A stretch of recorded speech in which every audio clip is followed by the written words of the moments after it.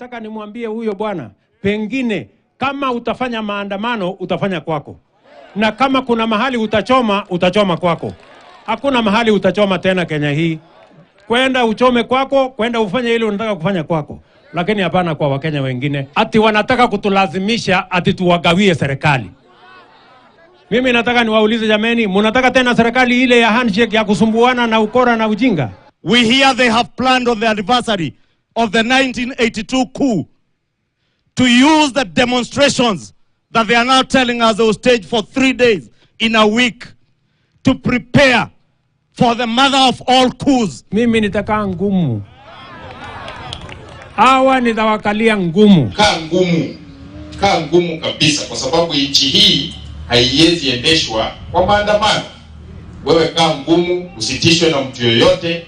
Wachia sisi kazi ya kuelezea wananchi katika sehemu zetu za kuwakilisha bunge ni nini kinaendelea. Mimi nataka kukashifu maandamano kwa nguvu zote na kuhimiza wale ambao wanaendesha maandamano wakae chini, tuweze kujua njia gani tunaweza pitia ili kuhakikisha tunaishi maisha salama. Na kwa sababu ujeuri umejaa Kenya hii na kutojali sheria na kujiamini na kiherehere na ujuaji, hiyo Jumatano ambao watu wamesema wale wahuni wa Ijumaa wamesema watatoka waende wakaharibu mali tena, wajaribu. There are threats of us being arrested, threats of some of us being assassinated, and there are meetings that have taken place in different places, including State House. If you attempt, root again, if you attempt the life of Raila, we are telling you that first of all, Kenya will not be the same again.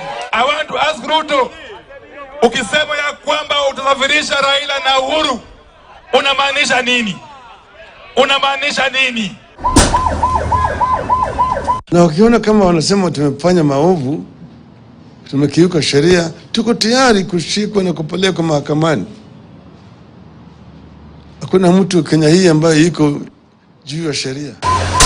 What Moses Kuria is talking about is preparation to commit a crime, and especially preparation to commit genocide, which is an international crime, and it can be taken to the International Criminal Court. Maandamano ni halali na tutaendelea na kufanya. Hata tukiona watu wakijipika vifua na kusema ati wataua watu, utaua Wakenya wangapi? Hapa mnaweza kuhujumu hali ya demokrasia, mnaweza kuhujumu vile vile hali ya delivery of justice, lakini there is a higher court which sits at the Hague. Yule ambaye ametoa hiyo amri ndiye atakuwa held responsible, and of course individual responsibility as well. If that government is unable or unwilling to do that which they should do, then they should vacate office, either willingly or we force them out of office. Unatutisha ati hata hii wiki mtaendelea na hiyo vitendo. I stand here today to promise all those criminals who are preparing to loot property, to kill people, to burn buildings, to paralyze the economy, to terrorize everybody. I am ready for you. We are ready for you. Not just in Nairobi. In all the 47 counties of the Republic of Kenya, we are ready. All what we are requesting His Excellency Uhuru Muigai Kenyatta, help. Ongea na huyu your friend, the former Prime Minister Raila Odinga, because the cost of living will not be brought down by doing maandamano. The UN has said the force being used, including deadly force by the Kenya police, is something that goes against international human rights. It goes against our constitution that gives us that right. So we're expecting that they will listen. We know the police are doing their best, but this is being done by politicians. And the best way to meet a politician is to meet through politics. So the politicians doing this thing, first we are telling them we are peaceful and the Kamba community is peaceful. Kama huyu mzee angewachwa peke yake, angekuwa tayari amefanya uamuzi tofauti. I think I want to tell Uhuru Kenyatta, because I know him, let Raila go. Leave him alone. Wenzetu ambao wako kwa upinzani, they need to give the president time.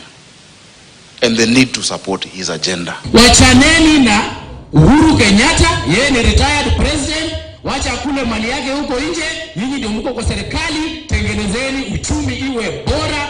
Wewe unajua article 37 inasema kila mwananchi ana right to demonstrate. Alafu president anasema hakuna maandamano yatafanyika Kenya hii. Whether it's retired president, retired prime minister, retired vice president, the retired senior state officers must live like retired senior state officers, and they must respect the law of our country and respect the current holders of office. Kianza kuchokoza serikali, watakipata.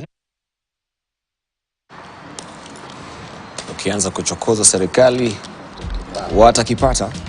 That is the soapbox there. Of course, just listening to what the leaders had to say regarding the demonstrations. Now it has been amped. It is going to be 3 times a week, beginning Wednesday, Thursday, and Friday, according to Azimio side. I just want to rope in now Danson Mungatana. Good morning and good to see you as well. And I presume that you were in this meeting in State House for the PG meeting on Saturday? Yes. Now, one of the issues that was raised was the fact that during the meeting that we have the new spy chief, that is Nuruddin Haji, who was being accused of failing to provide timely intelligence to counter the mass protest. Is that the case? Maybe before I answer that, I'd like to make this case that we have a very big African presidents who are seated in Nairobi for a meeting African Union. We have President of Nigeria, Gabon, Macky Sall of Senegal, and many other. Tshisekedi here. We have presidents who have come here. That is a big respect internationally for a country that is occupying the position Kenya is right now. Now, some people don't like the fact that President Ruto is doing very well on African stage and international stage. Now, we have reduced the cost of fertilizer from 7,000 to 3,500 a bag. And the government is working on a program to make sure that it comes down to 2,500 a bag. Some people don't want to hear that. They don't want that message sent out there. Now, the members of parliament will tell you that all the money for CDF has been paid. You know, nobody is talking about debts and complaining about government not paying. Some people don't want that to be said. The governors will tell you they have been paid their money. It is now their mandate to do their work. Some people don't want that message to come out. They also know that we are working on universal health coverage right now, and we are going to roll out in a way that is going to help many Kenyans. Some people don't want that message to come out. The Hustler Fund, 7 million people are taking that money and assisting us from that predatory lending. Some people don't want that message to come out. So what do they do? They sit down, they say, let us create headlines. Creating headlines is to cause mayhem. When you cause mayhem, you occupy the space in media, you occupy radios, you occupy TV, you occupy the Standard, the Nation, and all this, print media. And what we are saying now is that this is the same person. When it comes to real things, he's unable to push his case, you know. And because of that, he now creates his normal trade market thing, his normal thing for trade, violence. Now, we are saying that from the time the guy came into politics, trying to get Wamalwa and the original Ford, he used violence when he lost the election, you know. Then he tried to get into power against Moi, and threats of violence and so on. He became a Secretary General of KANU. Then he uses violence to become a co-president with Mwai Kibaki in the second term. And then in the second term of Uhuru, he uses violence to become also a co-president. So it is the same game, same person. He doesn't want the government to be seen achieving. He comes up with a plan that is against the sitting government. And then from there, he occupies media. And then everyone is saying, oh, let us talk. But we have seen him from 18. What we are saying is that Raila is not talking about liberation. He's not talking about unga. He's not talking about cost of living. It's about him. Look, he starts by saying, oh, open the servers or we'll go to the streets. Then he sees that nobody's listening to that. He hears people are talking about high cost of living. He latches onto that. And I'm telling you, it is not about... So what I think we need to do as a country is to liberate ourselves from this politics of destruction. And we want to tell Raila, we are calling his bluff. We will liberate this country. We are going to face him head on. We are not going to accept a situation where one person who does not want to, who doesn't believe anything constitutional actually, but poses like he's interested in the constitution, is going to control this country forever. At some point, this must come to an end. And I'm a firm believer that that Article 37, they are pushing. We also have Article 40, which says respect property.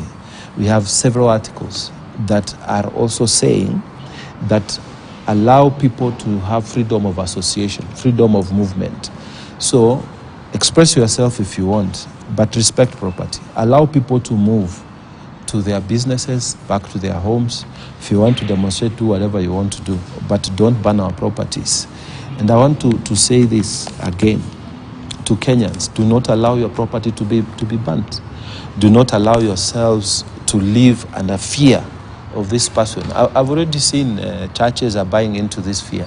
You know, people standing up, come and sit together. We talk about what? This is a person who has said courts are useless.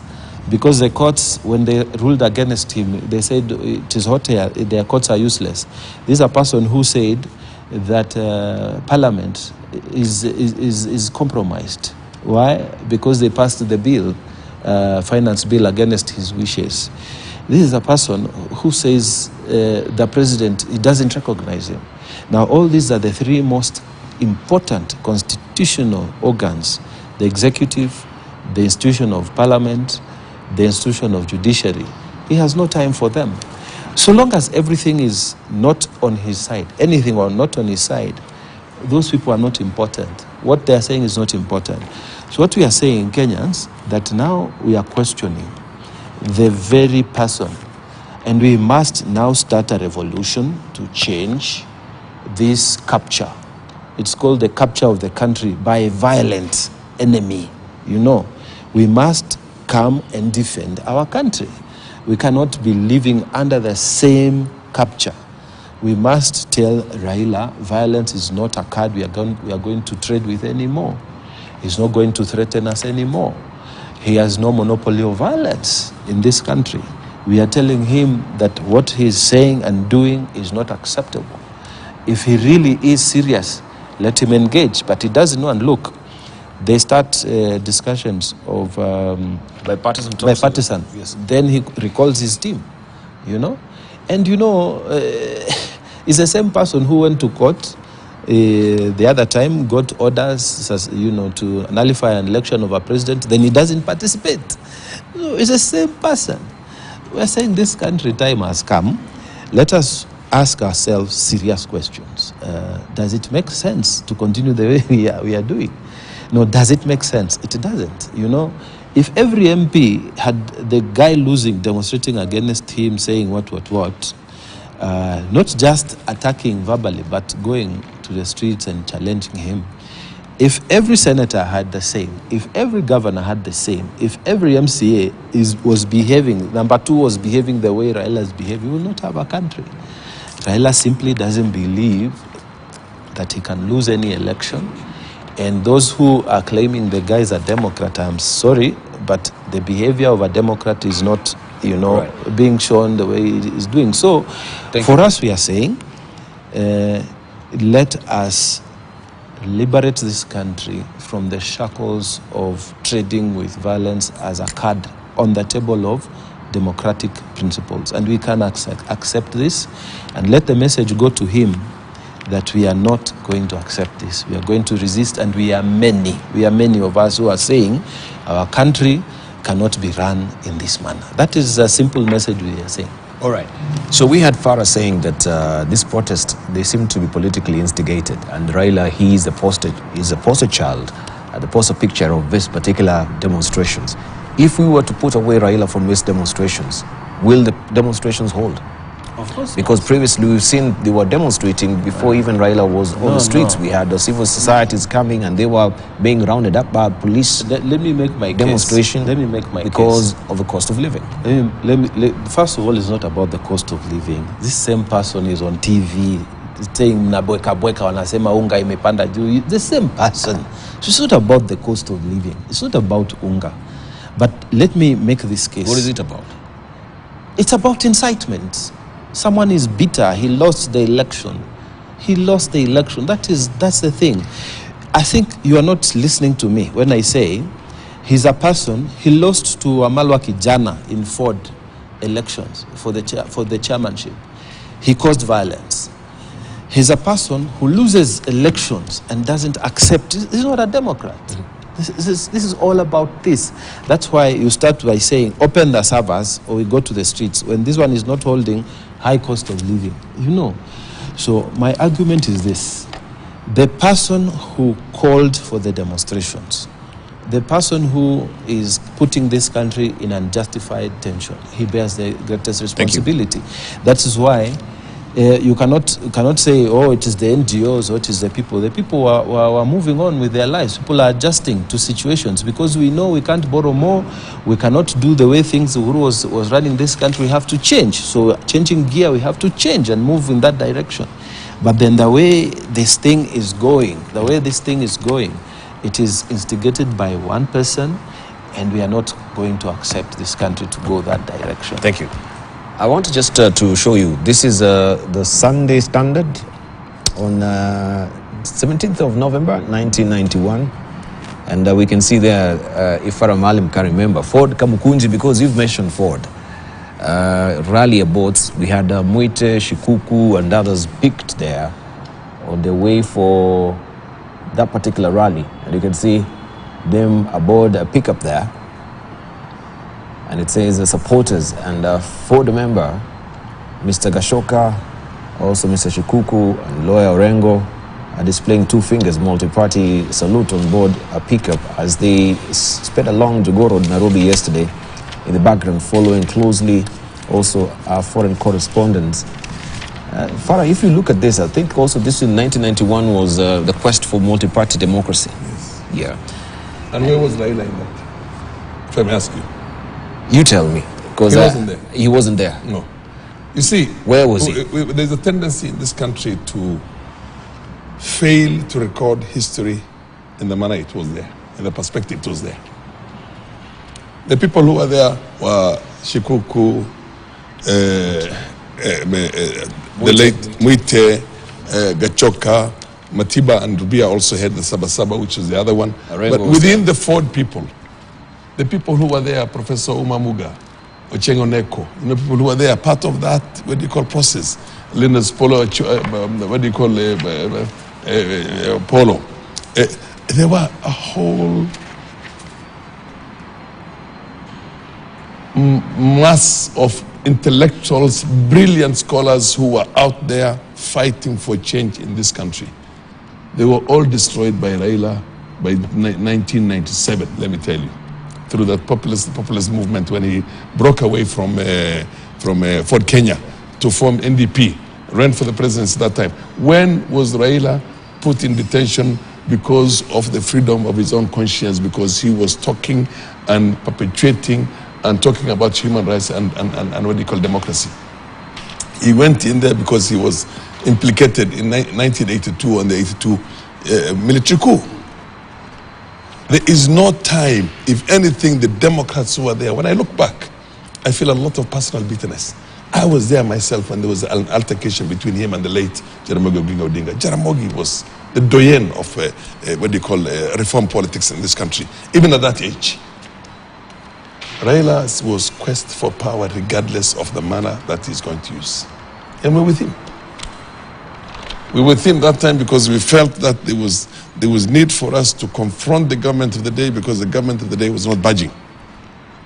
But the reality of the matter is that what we have gone through right now and what we are trying to, the way we're getting into the politics of convenience. You change the goalposts. I have been talking for the longest myself and telling them, let us change the electoral system here so that it becomes foolproof. Nobody's talking about it. Even if you say open the server. But we are saying that let us have a system that is foolproof such that the winner cannot be robbed of his victory, or her victory for that matter. Nobody latches onto that. People want to wait in the opposition, in Raila's camp, in all our people. They wait until this happens and then we go out into the streets. So the thing is called political entrepreneurship, let me tell you, and the quest for raw power. Raw power. You remember he left what you call Kasarani when he was in Kanu and said that Kasarani mekwa Kisirani because they were not given a choice, an opportunity to choose their presidential candidate. Moi had used, had messed the system and planted Uhuru in there. What did we do?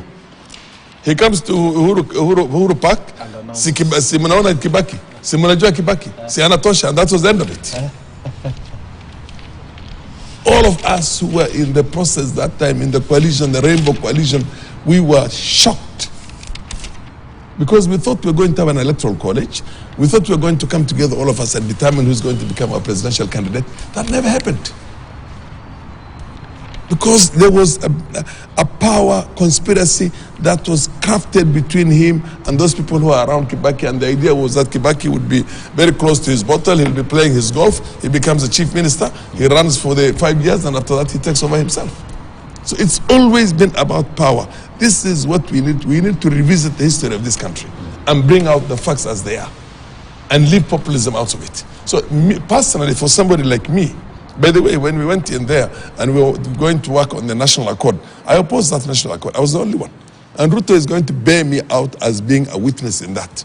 Him and Ruto came to me and told me, let us change from inside. My idea was that we're going to have a caretaker government. We're there only for 1 year or 2 years from both sides, and we prepare this country for proper elections where the winner is going to be the winner and the loser is going to be the loser. No. They wanted to have power. Then we were talking about the real power. Power sharing as real power. The next thing we know is that he talks to the Kibaki, lieutenants out there, he takes a plane, goes to Sagana, walks out, says everything, comes back and says, hata mkia ni nyama. What is wrong with this country? Why can this country see history and come out and call a spade a spade? And when he came back, we told him, what have you done? He said, I'm going to give you positions, through those positions. Ruto is a witness to that. Wewe utapata cabinet yako kwenda tafuta yako through that, which means yangu nimechukua mimi. Jamani. Let's hear from Makali before we come to you. Makali, listening to this as well. Every time I listen to this history from my leader. Red card, Kamotho. You don't remember Kanu? Red card, Kamotho. We were in the opposition and suddenly one of our, strikers has joined and he's red carding. Red card, Kamotho, he's already let's hear from Makali. We're out there. You know the power, they say history is good. But despite history being good, it's also good to also appreciate reality. And that's what I said earlier. And I remember Senator Sigei was saying we better discuss the real issues.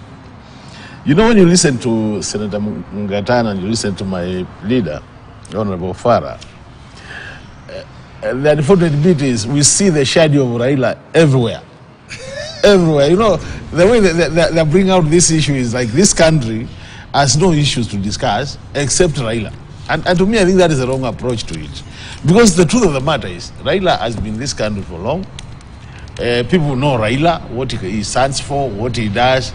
But what I said earlier is, if you look at what is happening, last Wednesday, demonstrations took place in 20 counties.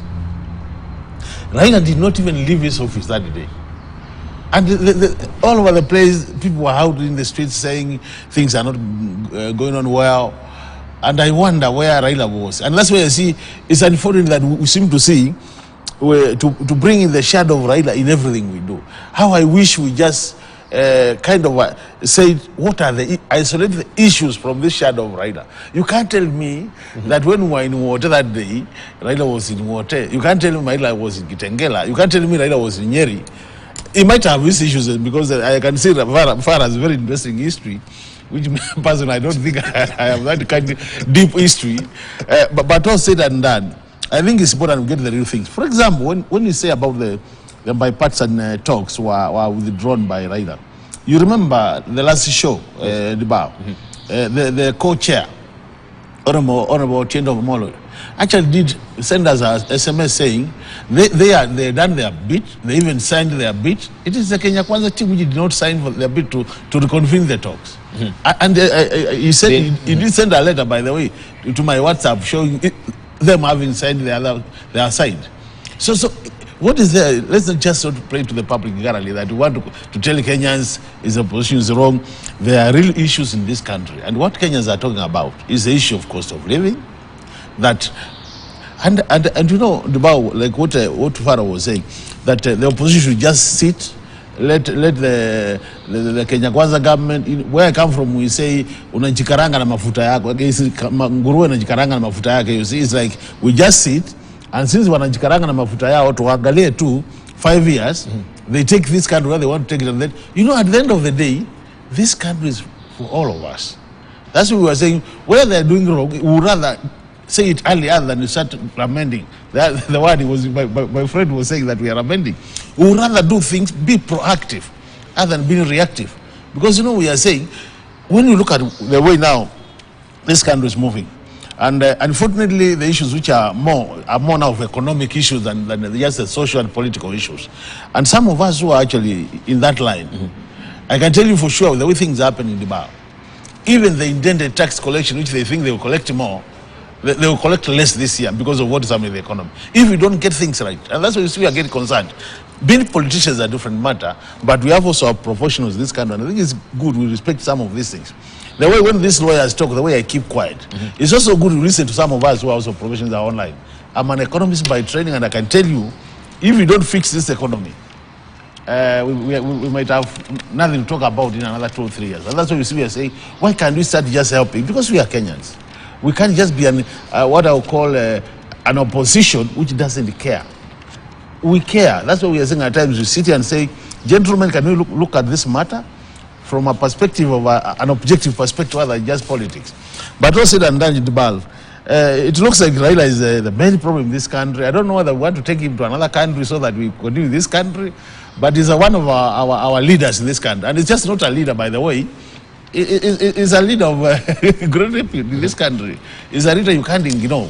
So how I wish we became more accommodative and see how we can work within that framework to get things right, fix the country, and allow Kenya Kwanza government to push. At the end of the day, we'll play our politics, but what matters to a Kenyan is to be able to put a plate on the table to eat.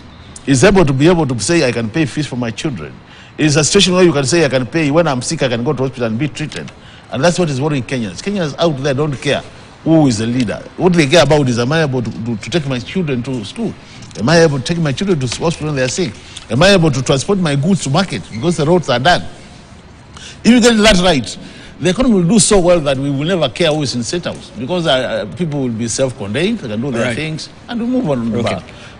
So this, I will go back to this particular PG meeting because we have here, it says to counter Azimio that the president asked the MPs to embark on a grassroots drive to protect their constituents' lives and property. As one of the lawmakers who sought anonymity told the Sunday Standard, the legislators are set to counter protest plan for Wednesday, Thursday, Friday this week, so as not to allow Raila to destroy Kenya.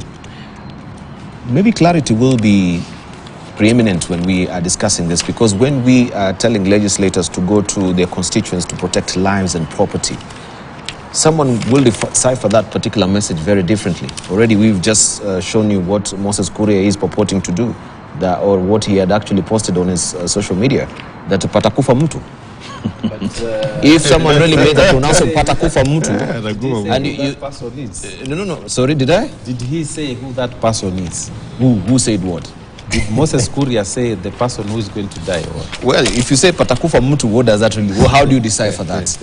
And if then you are being told to go back to your constituents to protect lives and property, then you as a legislator, what does that really mean? First of all, can I just give chance to Senator Hilary Segei?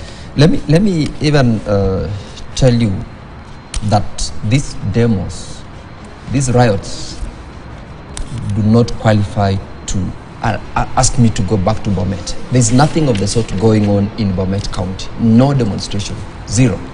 The demonstrations which we witnessed were in very specific places. Nairobi, Kitengela, and Kitengela, remember I told you, and which is actually a fact. Those were people who were taken elsewhere to go and destroy people's property in Kitengela and Mlolongo.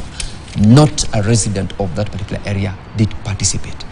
In other few places... is there any confirmable fact that these people were taken? Yes. They were bankrolled. Do we have any scrap of proof? This is just the headline of the Star today. No, this is an allegation. It is not truly... This is what the Star is saying. Where is the Star? Look at the headline of the Star. And allow me to conclude answering you the question that you had asked. That we were being asked to retreat back to our constituencies to defend the property and our people. Saying that demos were in Nairobi, a section of Kitengela now and Mlolongo, and Nakuru a little bit of it, which actually was a bit peaceful. Nyeri, not Nyeri, Kirinyaga, I'm told there were around 10-20 people who attempted to. What then we are saying is, these demos are confined to places where their intention is not to peacefully demonstrate and picket, but to steal people's property, to destroy, and to affect generally business community within that area. What we are saying is what Honorable Mukatana said. You can't allow someone to come and destroy your property, because this is not peaceful demonstration. These are riots. These are anarchists. These are thieves. And that is basically what we are going to do. So we will not go. We will be here doing business because we want Kenya to continue. The places where they will attempt to demonstrate and riot, definitely the law will take its course on the days that they have proposed. But then, Dibal, allow me, Farah Malim... no, I still want to interrogate, because I think this can be purported to mean differently. So for the sense of clarity, especially when we have the president now giving these instructions to the legislators, protection of lives and property is not within the remit of member of parliament. This is confined. The police is confined to the security officers. Why will you abrogate that? Responsibility to protect property and to keep peace, and that is exactly what they are going to do. I, in my private and personal capacity, will not allow someone to come and destroy my property. I won't allow you to come and kick me out of my business enterprise merely because you are demonstrating. What we are just saying is that these areas where there will be confined demonstrations, if they will be, anyway, because they have not even issued any notice to the police to the effect that they are going to be doing that. And the law requires them to notify the police for purposes of at least getting also them know that you are planning to do it. So no individual will sit back and watch as people destroy his property, as people destroy public utilities, which I am supposed to benefit from. I wouldn't allow it. But that is not the brief that I'm given. That is something that I can even sit back and do it on my own volition.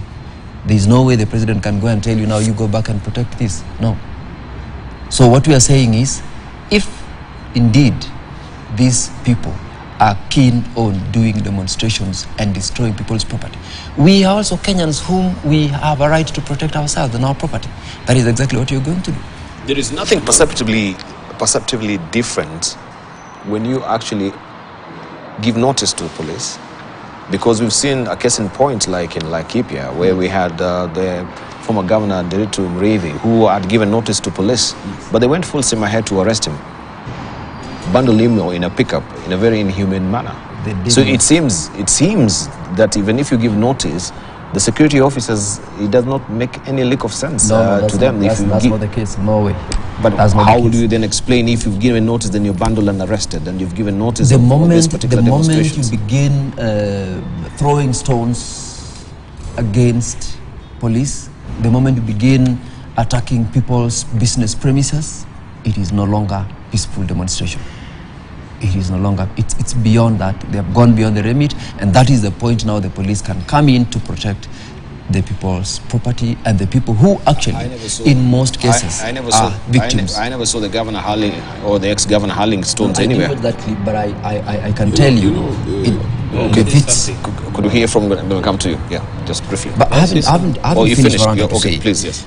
You see, Debal, the point that we are missing is, I want to pick it from where Farah took us through. If you want to know today, you must look about yesterday. He's given us the history.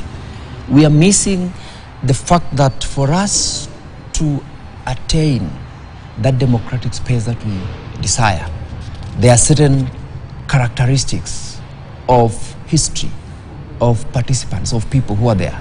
What is taken us through, which none of us unfortunately hasn't experienced, is a reflection of how we would wish to have our opposition running today. And I had told you earlier on that if therefore we were to speak to the main issues, which I really would want us to do, we will understand why this is no longer demonstration, this is no longer about the cost of living, this is no longer about the Kenyan people. It is about an individual who is hungry for power. Okay.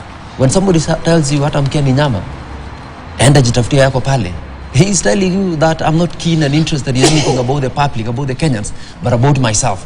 That is exactly what we are witnessing today. Why is it that nobody has bothered? But I think you're taking it out of context. No. If Nyama, what was the context? It was on sharing power, not for Kenyans to go and No, he's putting it right. No, but we need to quote it in context because that will sound a bit inflammatory. Can I give you the context? As a result of that, had you finished?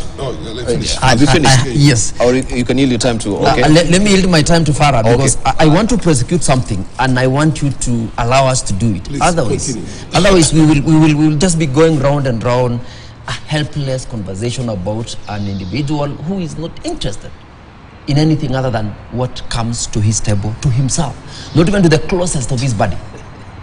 I mean, when you tell me, mimi yangu nishapata wewe enda jitafutie pale kwa hiyo means what does that mean? And we've been in the trenches together fighting allegedly for the people to benefit. It is wrong. Where we are at the moment, people are talking about the cost of living. He's saying that we are going out there because the cost of living is unmanageable. It's so high. The government is trying to tell the Kenyans, and in fact to do it, that it's not about blocking a price from 20 shillings to 10 shillings. It's not a pronouncement. You can't pronounce that I've reduced the cost of living from 20 shilling of unga from 257 to 200 in a day. It can't happen. It is a process. When we got into power, when we were in election period, the cost of unga was 250. Why didn't he demonstrate? Why? Yet he was there. It is because he was benefiting at that time. Right now, the government is in place. And I wanted to give you at least some bit of statistics of the effort the government is trying to do to bring down the cost of living, the thing that we should be having a conversation about. In the budget and in the Finance Act that was now stated by the High Court, there is, within the education sector, for example, 628 billion was allocated to the ministry. This one will go into employment of more teachers. Remember, for once, this government, within 1 year, have employed 54,000 teachers. Never in history has this happened. 35,000 last year, which is last financial year, so to speak. 22,000 in this current financial year. 22,000 teachers. These are 54,000 Kenyans who've been employed. We are all crying that we are struggling with unemployment, which is a fact. When the government is making an effort to invest in education by allocating the highest 628 billion, somebody is saying we are doing nothing. He is not seeing what we are doing. These 22,000 are husbands, their brothers and sisters. They are going to enhance the education. Another allocation to the education sector is about the Higher Education Loans Board. Nobody's talking about it. We are saying we want to leverage on education to bring the Kenyans to, everyone else to be in some level of ability to go to school. We are looking beyond now. That allocation is in this financial act. Nobody's talking about it. What else do we expect someone who is interested in a political power to say when he can't speak about what we are doing? In the education sector alone, Mongatana has told you about the Hustler Fund. It is actually not even 7 million Kenyans benefiting. 20 million Kenyans have taken the Hustler Fund. And the total amount of what has been taken out of the Hustler Fund is 33 billion Kenya shillings. 22 billion has been refunded. It is a revolving fund. Nobody's talking about it. Why? Because this is the positive thing that the government is trying to do to bring the cost of living down, because the moment you allow people to have more money circulating in the economy, you are enabling them to, to live beyond the hand and mouth thing. But we are not talking about it. Why? Because we have had this conversation about Raila. It's time we forget about this thing. And that's why we are saying, if you want us to, I would call renovate Kenya by demonstrating, we are also capable of doing it as Kenyans. Thank you. We can't allow that to go on Right, anymore. Farah, then Hobo Mugatana. I just wanted to come in on the question of economy. My colleague, I like him, I really like him and the way he puts his points. He said he's an economist, so when he's talking economy, we give him time to speak, and the lawyers can talk the law because... he's misquoting. That's not what I meant. But my take is this. You know why I think the game plan by Raila is zero sum. On the one hand, you stand up and say there's a problem in the economy, the people are suffering and what taken. Where is your plan? Where are you going? What is your alternative? Now, I thought you would come up and say, okay, now that this is what they are doing, we believe that if we take government, this is what we should do.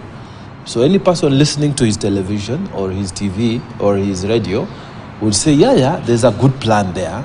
We made a mistake and we should maybe have chosen this other guy.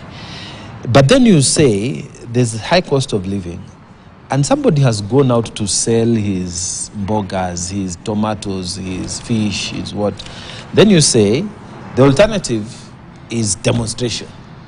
You know, now this how does Mandamano, this Mandamano man, how does he relate to the person who is selling fish, to the person who is doing his business in his office, to the person who is selling maharagwe and whatever? How is this a solution? So I want to hear from the economists that when I go to Mandamano, I'm going to bring the cost of living down. I'm going to make my family eat better. I'm going to be able to provide rent and, that's what I want to hear. But because he's not saying that, then you can see his mindset. This is a person who is taking advantage of his followers. And it happens. He's not the first person. There are many. And I have said many times, cults, they develop because people don't question the leader. They don't ask him, how do we fast and go to heaven? After I die, how do I go to heaven? No, it's just told up to that point that when you die, you will go to heaven. So it's the same thing. You are being told up to the point of when you riot. They're not explaining to you how actually that is going to happen. So this is why I say with a lot of respect that it's not about the economy. It is about a person taking advantage of followers who have been with him for a long time. And I'm a political leader. I can tell you there are people, you will tell left, they'll go with you, right, they'll go with you. It doesn't matter whether you are winning, you are losing, it doesn't matter whether what we are saying is sense or nonsense, they will follow you. That is how it is. That is how the structure of leadership is. Even in a setup such as this, in a media house, there are people who will follow a leader. They will not follow anything else. No principle, no nothing. Even in a normal corporate business, there are people who will follow the leader. They are not following the... So you can take advantage of those people. And this is what is happening when someone is not giving an alternative, a reasonable way of dealing with matters. He's just telling you, go outside. And you are even encouraged to go and do bad things that will affect your own business. Now, if I'm a father in my house and the economy has gone south for our family, what you do is, children who are in private school, remove them, put them in public schools, You used to go out and do what? Holidays, you cut them. You do the necessary adjustment as you look for an alternative. And once your situation improves, then you tell people, now we can do this and the other, which we were not able to do. That's not what is happening here. Economics has been mixed with politics. Somebody is not doing the right thing. And that's why we are saying, let us call the bluff of this guy. He has refused to stay as a respected statesman. Some of us feel very bad when we have to talk against people who were there when we were in campus. When we were in campus, akina James Arengo, akina Paul Muite, akina Gitobwe Manyara, those chaps, even Raila joined them later. Those were the guys we were looking up to. Now look, for me to stand and attack Paul Muite, Gitobwe Manyara, James Orengo, Professor Anyang' Nyong'o, those people, it will be something it must be something really great, or it has really annoyed me for me to go against them. Because those people were our predecessors, and Raila is in that category. But when you reach a certain age, you are an old man, you are supposed to be receding, giving your blessing to other people that we can engage in. And you are still there throwing stones with us. You are still at the same level like we are. We will continue to attack you, and you continue to attack us. Because you can't expect to throw political fire and you get back nothing because you are leading some section of the community. So it is bad, it is not good. And I've talked this with some of the opposition people. Tell you guys, come to the stage, we fight with you. It's not good to put a grandfather there. We are fighting with a grandfather. We will embarrass him. Thank you. We will bring down his dignity and everything. And this is what is going to happen. This government is going to be the Waterloo of Raila Odinga. Everything he has built up, we are going to expose him for who he is. He has done some good things, but he has messed up this thing at the end. And it's because he's not willing to give up the stage. Let him get out of the stage and let's have new ideas on the table. So you're saying we are mixing politics with the economy? Yeah, and when you mix politics with the economy, it becomes a political economy. A political economy is where actually is bringing all these things, because people are frustrated as it stands with the economy. And whether this is a make or break of Raila or a resumption of Raila, it's how you perceive it. And I don't know how you perceive it. Yes, Farah Malim. Personally, I've been around politics in this country for quite a while. As a matter of fact, I think in Parliament right now, I'm the oldest politician in terms of the time when I started off there. Not oldest in age. There are a few of them who are older than me in age. But I was there in 1992, and the only other people who were there in 1992 are Julius Nkuli and Gonzi Rai. When you, of course, our speaker right now, Wetangula, was a nominated member of Parliament in 1992.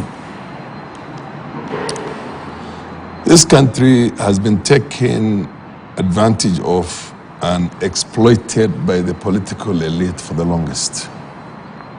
For the longest. I was reading something the other day when the profits you get out of an industry and the profits you get, or the wealth you get out of politics, when there's more money you get out of politics and less money you get out of putting up industries, then nobody's going to put up industries. People go into politics. That's why in this country, the richest family is the first political family of this country. invariably the second richest family in this country is the second political family of this country. And progressively, until you get to Uhuru Kenyatta again, we'll also watch Ruto and see how rich he's going to be by the end of his term here.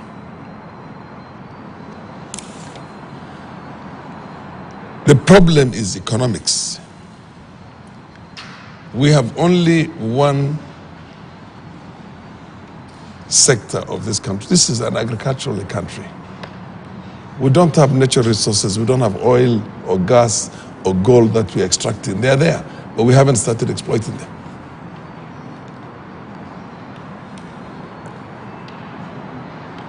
The agricultural sector in this country, land is a means of production. Millions and millions of acres were grabbed by the political classes of this time, and they are holding it right now as idle land. It's not been distributed to the common man. So that powerful means of production, there has to be a land policy in this country that redistributes land. Dibal, 30 years ago we were producing 145,000 metric tons of coffee. Today we are producing 45,000 metric tons of coffee. Uganda is producing over 400,000 metric tons of coffee, 10 times more than us. Why? Because the political class has created cartels. When coffee is sold for as much as $8, $10, $12 a kilo, our Kenyan, farmers get less than 30 cents or 40 cents of US cents.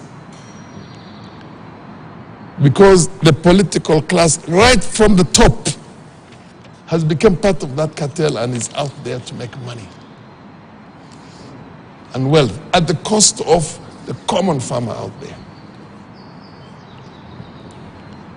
So for you to be able to bring down the cost of living in this country, you have to do a number of things. One, you've got to lower down the means of production.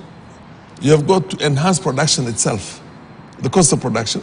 You enhance the means of the production itself. You have more land and agriculture and more farmers who are smallholders, who are out there, who right now do not even have a 6x6 fruit where to be put in as a grave, and they're going to be put in public graves. Millions and millions of Kenyans don't have land. We need to go back and have a land redistribution policy in this country so that we have. Then, take away the monopolies. How many monopolies do we have in this country right now? There are monopolies in the oil sector, the edible oil sector. There are monopolies in the milk sector. You get my point. There are monopolies in the timber sector. There are monopolies in every sector, and all those ones are dominated by first families, for your information, in the history of this country. So instead of facing the elephant in the room, why do we go around the periphery? Why do we go around? You see, when you say we have to bring down the cost of living, how do you bring down the cost of living? You have to produce more in the country. Are we talking about that? Okay, the Kenya Kwanza government has brought down the cost of fertilizers. It has brought down the cost of fertilizers. They're doing something about the seeds. We've already had what they call a conference on coffee in Meru. There's a conference right now on tea. I mean, those, in my opinion, are the ways to go about this. And then we must have a land redistribution policy in this country. If we don't have that, then we're not optimizing our means of production here. So by land redistribution policy, what take do you the mean? 20 million acres that is in the hands of big families in here that's idle and redistribute it to the common Kenyans on what you call compulsory acquisition. Why do people run away from that? We changed the white masters who were the white settlers in our country and changed them with black settlers. But we saw what really happened in Zimbabwe. No, we don't. Look, coffee, other than the cartels that are monopolizing coffee from the milling all the way to what they call the export outside, coffee belongs to the common man in Kenya, in mountain region here. Coffee belongs to the common man. All you have to do is take off this cream of, very, very well connected thugs who scheme everything, 80%, 90% of the profits. It sounds like a good move, but sometimes you need also to put much mind into it. Because can I finish? Yes. No, there's no much mind. It's just the politics which is being misused. All right. I'll tell you myself. I talked to a friend one time. Fantastic. Can I just take a short break because it's 8 o'clock on the nose? If I be past that, I'll be also, of course, not allowing our commercials to run. It's at 8 o'clock on the nose, but do you agree with Farah Maalim's idea that we should use a compulsory move to try to have a compulsory acquisition of land, to redistribute land? Those who have wide and, of course, a huge geographical expanse of land in this country, and they're not putting it, of course, to good utility, right? They're not really sweating the assets, as they say. Then they should give to Kenyans who can sweat those assets. We'll take a short break. But also, there is a move from the Prime Cabinet Secretary that he wants to install the Office of Inspector of State Corporations, who will be like a big brother who's watching over those state corporations that are dysfunctional or are not really pulling up their socks in terms of operations. What does that really portend? We shall also interrogate that as well. And Kenya's economy right now is in the red according to the dailies as well. We shall be looking at that. We'll take a short break.